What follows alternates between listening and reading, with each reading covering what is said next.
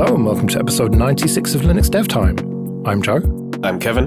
And I'm Andy. Good to talk to you both again. Unfortunately, we've got no Amaleth this time because there are noisy things happening in his apartment building. So it would have been a terrible recording, but hopefully he'll be back next time. So last time we talked to Drew and it was very technical. So I thought, why don't we kind of go the opposite way this time? And why don't you answer some of my noob questions? So I thought let's start with what are the differences between interpreted languages and compiled languages. My understanding is that an interpreted language like Python, for example, you write the code and you just run the code. Whereas a compiled language like C, for example, you have to write the code and then run it through a compiler to make the binary, which then runs. I think an easy way to think about this one is the interpreted languages are another program that runs your program.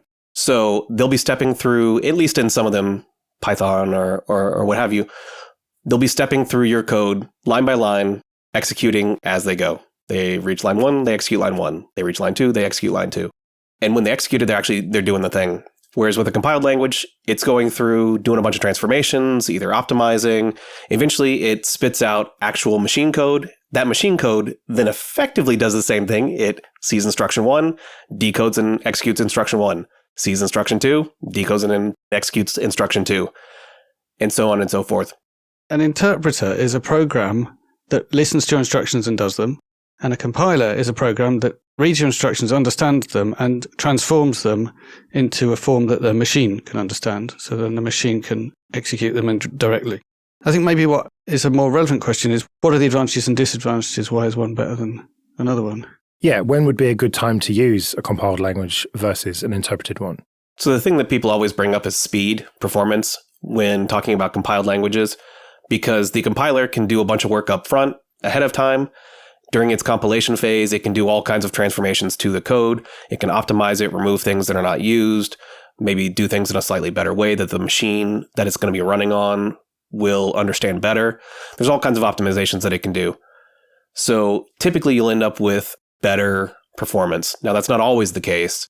And you can also end up with a better memory footprint because you only have the compiled binary running. Now there could be a runtime in other things, for example, languages like Go that have a garbage collection runtime in the background. But for the most part with a compiled language, you're just going to have the code that's executing itself, and that's about it. You're not going to have this other program running alongside that's actually doing the interpretation. And sometimes you can mix the two, and you can have an interpreted language that's also compiling on the fly, trying to do these little optimizations as it sees something being run over and over and over. It might say like, hey, this was slow before. I know a faster way to do this. Let me go ahead and update this for you and run that the faster way. So there are circumstances too where an interpreted language or a just-in-time compiled language can actually end up faster than the ahead-of-time compiled language because it's able to see what the program's doing live. These are the code paths you're actually hitting. These are the things that are actually happening with the inputs that you have. Ergo, I can now optimize based off of this exact use case rather than a more generic use case. Yeah, so you get people on the internet who are very happy to tell you that they're just-in-time compiled language like JavaScript, which is interpreted, but then with that magic just-in-time compilation thing happening, is actually faster than your compiled language. In 99% of cases, that's not right. The compiled code will run faster, but there are a few edge cases. But I guess the question then, Kevin, is why would you ever use an interpreted language? You've just given a load of advantages of compiled. I guess that's probably because I typically work more in compiled languages, so that's what I'm more familiar with. But interpreted languages tend to be a little bit more dynamic. There's not this huge ahead-of-time compilation step that takes up a bunch of time and CPU cycles. So it's much more interactive. You can write a little bit of code, run it, write a little bit of code, run it. Sometimes you can even write a little bit of code while you're running it and change things live. So interpreted languages are a lot easier to get into and a little bit more free-flowing, I guess is one way to put it. It could feel a lot simpler to the programmer, right? So if you're programming in Python, you just write your program, you tell Python to run it, and it just runs. And if it goes wrong, it just prints out an error message of what happened when it went wrong. And it all happens very quickly. And you don't have to wait around for the compilation step. And you don't have to worry about what type of computer you're running on, because a compiled language has to be compiled for a specific architecture, so a specific type of processor. Otherwise, it won't work properly. So you need to compile it multiple times if you're going to run it on multiple different types of machines, stuff like that. Yeah, that's a great point. Whenever you do the ahead-of-time compiled languages, not only does the particular CPU architecture matter that the code is actually going to run on, because that's what the compiler is going to output. But even sometimes like the operating environment. So what kind of libc does it have? What sorts of dynamic libraries is it expecting? Where are those located? There's all kinds of things that can get bundled into the ahead of time compiled program as well. Can I just throw in one other complication as well here, which is that lots of languages are some kind of mixture between interpreted and compiled, which is extremely confusing. Like the simplest case is Python, actually, where if you're using it, it seems like it just interprets your code, but actually underneath it's compiling it on the fly, not in a just-in-time way. It just, before it runs, it just compiles it all and then runs it. But it compiles it into kind of a very simple, not machine code, but a kind of simplified version of Python, you might say. A bytecode, if you will. Yeah, it's called bytecode. All that's happening in a kind of magic way in the background. You don't notice, but that really is happening. So in some ways, you get some of the advantages of being interpreted there, but also it's a little bit faster because it does that compilation. But then it's not that fast because it's not real machine code, it's just bytecode. But then there's more complicated things as well, like Java and C#, where there is a separate compilation step, but they don't compile into machine-specific machine code. They compile into a machine-independent bytecode, which then gets effectively interpreted when you run the program, which I would say often is the worst of all possible worlds, because you've still got to have your Java program there to actually interpret the bytecode. It also matters what version of Java you needed to be able to run that code. And it gets very complicated, but you've also got the upfront compilation step as well. But that was the great promise of Java, I hear. Write once, run anywhere, and the jokes about debug everywhere and all the rest of it. And that is surely a great advantage of something like Python then. Yes. Like we mentioned, it's not architecture specific. So as long as you can get the Python environment running, whether it's on ARM or x86 or potentially RISC-V and stuff, it's the same code. Exactly, yeah. Python does a really good job of working the same on all different computers. Interestingly, though, the real thing that Java did that was smart, that made it work on different computers, wasn't anything to do with bytecode, it turns out. It was just having a standard definition of the language so that it would work the same on all computers. And it was, at the time, it was being compared against C or C++, where actually no one could really agree exactly what the standard was at the time. So you had to test your thing on every different machine. But these days, C and C++ have good standards that are well understood and work the same on all machines. So as long as you stay within that subset, C and C++, which are compiled languages and kind of old-fashioned, also you write once and then run anywhere. You have to compile multiple times, but like who cares about that? That's not much of a burden, really. Well, let me ask you this. C and C++, you just mentioned them together in one breath. Why is there a C and a C++? What's the difference? C and C++ are very different languages. They feel very different, but they kind of share a common lineage. They certainly share a common lineage, and they also share most of a language, right? So almost all C programs are valid C++ programs, but C++ adds on a whole load of extra stuff. As the name implies, right. Yeah, but now whether you appreciate that extra stuff or you think it's terrible is a different thing and a matter of perspective. Because isn't a lot of Windows stuff C++? Yes, most of Windows, to my knowledge, is all C++. There might be some very small kernel that's in C, but I believe they've transitioned basically everything to C++. And then more recently, they've been building more stuff on top in C#, given that they kind of really drove that language. But yeah, loads of Windows is C++. And Linux, the kernel, is mostly C. I understand with a bit of Rust these days, but traditionally it was mostly C. Why is that? Yeah, why is C so popular in the open source world? Kevin? I don't know if I have an actual reason. I can speculate as to history. C just happened to be the thing that was there at the time that provided all of the low-level functionality that these programmers needed, especially to write something like an operating system kernel. It existed, and it was way better than writing it in straight-up assembly or something along those lines. So C is what it was. And ever since then, we've had millions of lines of C, and it works. So going back to rewrite that in a new language just to achieve the exact same thing, well, I would say maybe with some more memory safety, but just to effectively achieve the exact same thing could be seen as somewhat frivolous. So if it ain't broke, don't fix it yet. I don't know. Yeah, I mean, at the beginning of the whole free software movement, the best language choices were C and Lisp, right? And actually, you saw both getting adopted, right? Because Emacs was written in Lisp, and then a load of other stuff was written in C.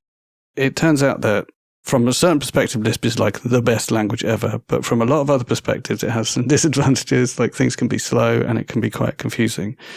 And so, yeah, C gave you the power to make things fast.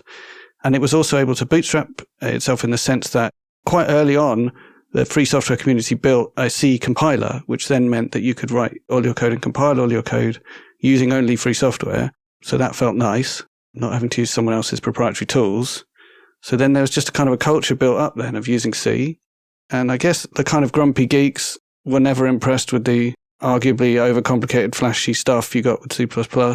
And maybe, I don't know when an open source C++ compiler was available, but I imagine it was later than it was for some proprietary platforms. Yeah, and even though things like Python came along in the 90s, I don't think that provided, I mean, it's not the Python that we know today, and it definitely didn't provide the functionality that C programmers were used to. So while it might have been a slightly better bash at the time, I don't think it could have been much more than that. No, and with it being 10 times slower, you were never going to use that for kind of the foundations of stuff. Yeah, so my rule of thumb for Python is the program's going to run about 10 times slower to do like maths or stuff like that than C or Rust or something else, C++ program, which, by the way, is normally totally fine because normally you're waiting for the user or you're waiting for the disk or something like that. But for stuff that's kind of fundamental, building a whole operating system or windowing toolkit or stuff like that, you probably wouldn't choose something with that speed problem. I've seen elements of the Linux desktop written in Python, like menus and stuff. Is that a bad idea then? No, definitely not. So for especially stuff where you're waiting for the user for most of your time, it makes perfect sense to use the language that makes it easier for you not to create bugs, right? And so for a lot of people, for a long time, that was Python. Then you also have the benefit to, not only is it easier to edit, a lot of times there's higher level abstractions, but there's not so much of the, okay, well now we have to make 47 different binaries for all the different variations of CPU architecture or whatever the case is. You can just write this Python and it can roughly run the same so long as the Python versions are the same on the user's system. So it's a little bit easier for that. It's also easier if the user wants to edit that, which might have varying levels of purpose.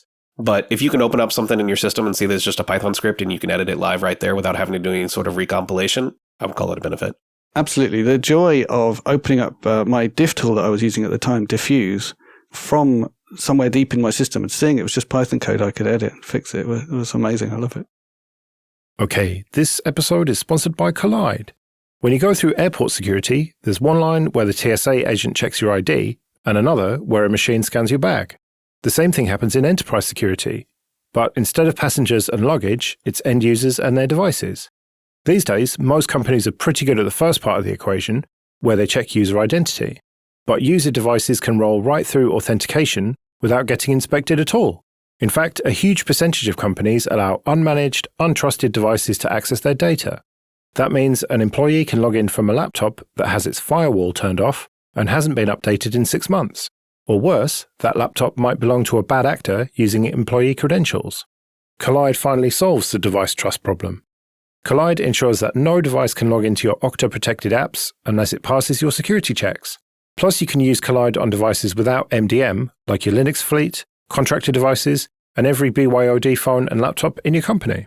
So support the show and go to kolide.com/LinuxDevTime to watch a demo and see how it works. That's KOLIDE.com/LinuxDevTime. Quick bit of admin then. First of all, thank you everyone who supports us with PayPal and Patreon. We really do appreciate that. If you want to join those people, you can go to linuxdevtime.com/support. And remember that for various amounts on Patreon, you can get an advert-free RSS feed of either just this show or all the shows in the Late Night Linux family. And you also get quite a lot of episodes a day or so early. And if you want to get in contact with us, you can email show@linuxdevtime.com. Let's talk about the modern languages then. Rust and Go. They are two that I consider to be relatively modern. I know there's way more recent ones, but they're two very popular ones. What are the differences between Rust and Go? Well, this is where we're really going to miss Amalith, because Kevin and I are both huge Rust fans, or at least I'm a huge Rust fan. I think you are, Kevin. I am as well, yes. And Amalith is a big Go fan, so I'm going to do my best to try and talk unbiasedly about how excellent Go is, all right, and see how I go. So my understanding of where Go came from was there were some grumpy ancient programmers working at Google who dealt with the fact that at Google there's a huge amount of C++ that takes forever to compile and is very complicated. And it allows you to do object-oriented programming, which is something which is deeply, deeply out of fashion. So these grumpy people said, right, we're going to basically fix the things that are wrong with C, and we're just going to have a C and not have to deal with this horrible C++ thing. So a big thing they wanted to fix was making it compile really fast, which Go absolutely does compile really, really fast because of some of the choices in its design. And they added this thing called a garbage collector, which means that you don't have to worry about where your memory's got to and whether you've freed it up again after you've used it, which is a huge footgun for C programmers. And they added a few more features that make writing code in a kind of C-like style much easier to deal with. And they took some of the ideas from object-oriented programming, like interfaces, without taking the bits that we don't like, which is mostly inheritance, and left you with a language that's like ultra simple, much simpler than C++, about the same level of simplicity as C maybe, but also has some little features they wanted, especially the other bit I haven't mentioned is making multiple things happen at once, concurrent programming, much easier and simpler than doing it in a kind of manual way like you would need to in C. Did I get everything, Kevin? I think so. One of the other key points that I often hear people mention is that they wanted this language to be picked up or to be able to be picked up really rapidly. Because at Google, they were constantly onboarding new people. People would come in with various skill levels. So they wanted to have a language that could fit in your head pretty easily and you could pick up and be productive within a few days, a week maybe. And I think they absolutely nailed that. The language itself is very simple in a good way. Absolutely. It is great for that. If you get a Go textbook, you don't need a big fat book. You can get a little book and it's got everything you need in it. They also have a very rigid structure or culture around how you write Go. There's typically one way to do everything. There's a lot of idioms in Go that they might seem one-sided, but the Go developers have said, yes, that's by design. We do things one way, and the Go programmer does things the other way that we tell them do as I say, not as I do, sort of thing. But it turns out that actually makes a really nice language where your entire ecosystem is all written in a similar style, similar fashion. You can pick up basically anybody's Go code and it looks the same as anybody else's Go code. So those are all some of the massive benefits of Go. And I did write Go for a short period of time during my career. So I'm not super anti-Go. I like Go, but I just happen to like Rust a little bit better. Well, one of the other advantages that I've heard about with Go is that when you compile it, it spits out static binaries for all the architectures that you want. And then you're not having to deal with dependencies and stuff. You've just got this one binary that you can just download and run. And that'd be like a whole web server or, a whole application just in one binary, which presumably has got its ups and downs. Like it's presumably much bigger than it otherwise would be. But then you know that it's guaranteed to work. Yeah, I don't know if if they were the first ones to really popularize this or what, but I do remember that was also a really, really big selling point of Go was the static binaries that it produces. And that is a huge benefit. It turns out it makes it really easy to install things. It makes it really easy to update things. It makes it really easy to deploy things when all you have is this one binary. If you've got loads of network and disk space, that is. And if you're okay with every security vulnerability being compiled into every executable you have on your system. That's what I was about to say. You definitely lose all the benefits of any sort of dynamic linking at that point. But that's a trade-off that I guess people were willing to make. And actually, it's a trade-off that Rust makes to some extent. Rust tends to produce much more self-contained binaries than you would from a normal C++ development workflow. Yeah, and one of the things that Go and Rust do a little bit differently, actually we haven't talked too much about the differences yet, but one of the things that they do differently is, at least at the time that I last used Go even writes its own libc functions, so it doesn't link against the system libc, which means you don't even have that to contend with, whereas in Rust, even though it produces static binaries as well, for the most part, you can also opt in to dynamically linked binaries, but with Rust, even with these statically linked binaries, you still have to link against the system libc, unless you use some other target like musl or one of the other libcs. Which you can do, and you can link them in statically, so you can get the same thing, but it's not the default behavior in Rust. So I think we're long overdue, Kevin, you explaining what Rust even is. Yeah, so Rust actually shares a similar lineage with Go in that they came out around the same time-ish. Rust originally had a garbage collector, and it had green threads, much like Go does. Green threads are like the way of handling concurrency that Go has, where so multiple things happen at once, and you don't have to think too much about it. That's all I'm going to say about it. Yeah, so Rust had a runtime where it would manage a lot of the stuff for you. And then eventually over the course of a few years or during its development, eventually the garbage collector went away. It turned out they didn't necessarily need that for what is now the absolute key feature of Rust, and that's the borrow checker, which is infamous. So you no longer need the runtime for garbage collection. Eventually they determined the only thing that they're keeping this runtime around for was for this green thread library. And in order to move to 1.0, they decided, what if we just jettison green threads and use operating system threads like normal, and then we now have no runtime, or effectively we just have the same runtime as C, which is to say basically nothing, just something to set up the executable and run it. So Rust then kind of departed from where Go was and is targeting more the C or C++ space, runtimeless, garbage collectorless, systems level language. And then over time, I think Go and Rust have kind of found their niche for what they're really good at. I see Go as, what if I could have C, but with just these extra things that I want? And the way I see Rust is, what if I could have C++, but instead of everything being wrong and terrible, things could be beautiful and wonderful? That's a great way to put it. I'm going to use that in my next speech. There's a cultural difference there, right? In C and also in Go, there's a real suspicion of being too clever, building too big a kind of cathedral of concepts.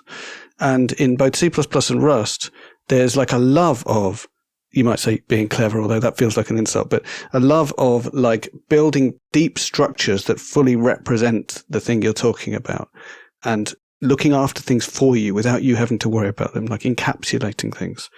And so in Rust, you can express yourself very specifically about exactly what your type of thing you're modeling. And you can hide that from the person who's using your code. You can say, I've done the hard work of understanding the complexity here, and I'm presenting you with a neat, simple interface that you can use, and you don't have to worry about what's going on underneath.